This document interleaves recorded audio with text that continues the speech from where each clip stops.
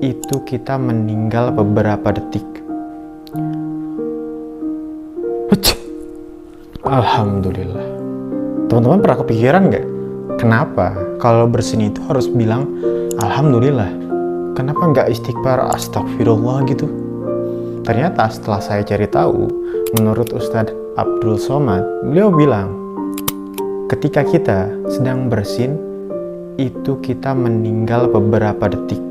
Ya, kamu nggak salah dengar, meninggal beberapa detik. Sehingga oleh karena itu, kita kembali lagi hidup dan mengucapkan Alhamdulillah.